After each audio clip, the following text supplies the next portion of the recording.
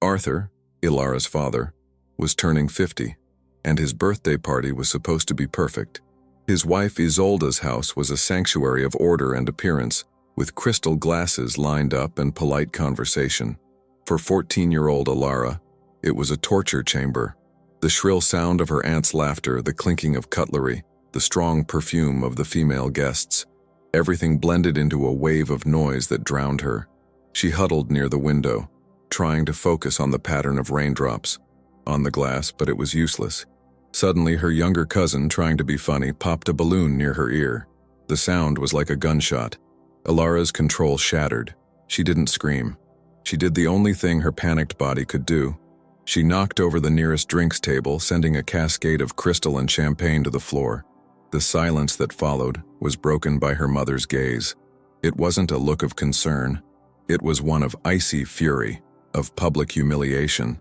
In that moment, Ilara was no longer a daughter. She was a problem to be solved. Hello, where in Brazil or the world are you joining us today? We want to know. If you want to find out how what started as a cruel punishment turned into the journey of a lifetime, and how a girl, sent away to be broken, found her strength in a place no one expected, stay with us. Subscribe to the channel, because Ilara's story is a powerful reminder that our true brilliance is often found in the darkest places. To understand Isolda's decision, you have to dive into her perspective. This is the outburst of a mother on the edge. Isolda loved her daughter, but her love was buried under layers of exhaustion and resentment. She dreamed of a different life, a daughter who would be her accomplice, who would go to parties, who would share secrets. Instead, her life was a series of silent battles. Battles with the textures of food, with the seams of clothes, with unexpected noises that could turn a good day into a nightmare. What ate away at her most was shame. The shame of the pitying looks from other parents, of the invitations that stopped coming, of the house that had to be kept in artificial silence. The birthday party was supposed to be proof that she still had control, that her life was normal. Ilara's breakdown was not just an accident. For Isolda, it was a public betrayal, the destruction of her carefully constructed facade. That night, after everyone had left, she made her decision.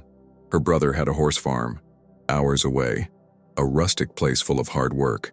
She's going there, she told Arthur. She'll learn about the real world, about responsibility. She'll take care of the horses. Arthur, a man tired of conflict, didn't protest. Deep down, Isolda didn't want to heal her daughter. She wanted punishment. She wanted Ilara to experience hard work firsthand. She wanted her strangeness to be worn away by the harshness of rural life.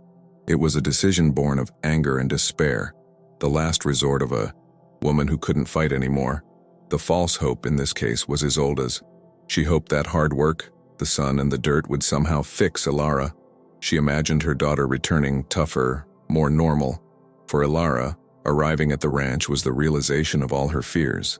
The quiet, predictable house was replaced by a universe of overwhelming sensations. The strong smell of hay, wet earth, and animals was so thick that she could barely breathe. The sound of horses neighing, the buzzing of flies, the wind whistling through the barn. It was a different kind of chaos, more primitive and frightening. Her uncle handed her over to Samuel, the farm foreman, a man with sun-baked skin and few words. Samuel looked her up and down skeptically and gave her the most thankless job, cleaning the stalls. The work was hard, the smell was unbearable, and the texture of the dirty hay in her hands was agonizing. In the early days, Ilara barely spoke or ate. She moved like an automaton, her body aching, her spirit crushed. The punishment was working exactly as planned. She was isolated, miserable, and completely alone. Her mother's hope was Ilara's despair. Ilara's conflict was threefold. She was against the environment, which assaulted her with stimuli. She was against the physical labor which her body was not used to enduring. And she was against Samuel's wall of silence. He was not cruel, but he was harsh. He offered no words of comfort or detailed instructions. He simply pointed to a task and expected it to be done. To him, Ilara was just the town's troublesome niece, sent there as a burden. He didn't understand her sudden pauses, her way of cringing at certain noises, her distant gaze. He saw laziness and stubbornness. The greatest conflict, however, was within Ilara. Part of her wanted to shrink and disappear as she did at home, but another part, a seed of curiosity she didn't understand herself, was drawn to the horses. She watched them from afar. She saw how they communicated with a simple movement of their ears with a soft snort. They were big, powerful, but their eyes seemed to carry a calmness she longed for. She was caught between her fear of the new world and an inexplicable attraction to these silent, imposing creatures. The turning point was not a big event, but a moment of shared silence. There was a horse at the stud farm called Sombra. He was a magnificent chestnut but skittish and distrustful. He had been mistreated by a previous owner and would not let anyone get too close. Samuel had almost given up on him. One day a summer storm broke over the stud farm. Thunder rumbled and rain pounded the tin roof of the barn. The noise was deafening. Sombra panicked, kicking the walls of his stall, his eyes wild with terror. The other workers tried to calm him down but only made things worse. Ilara, who was usually terrified of storms, felt something different. The storm inside the horse was a mirror of the storm she so often felt inside herself. While everyone else was shouting, she approached Sombra's stall, slowly and deliberately. She didn't say a word. She just began to hum the same low, repetitive melody she used to calm herself. The melody was monotonous, constant, an anchor in the midst of chaos. The horse stopped kicking. He turned his head toward her, his ears moving, focused on that soft sound. He snorted, a long, shaky breath. He was still scared, but he was listening. From a dark corner of the barn, Samuel watched the entire scene. He saw the girl he considered fragile calm the animal that no strong man could tame.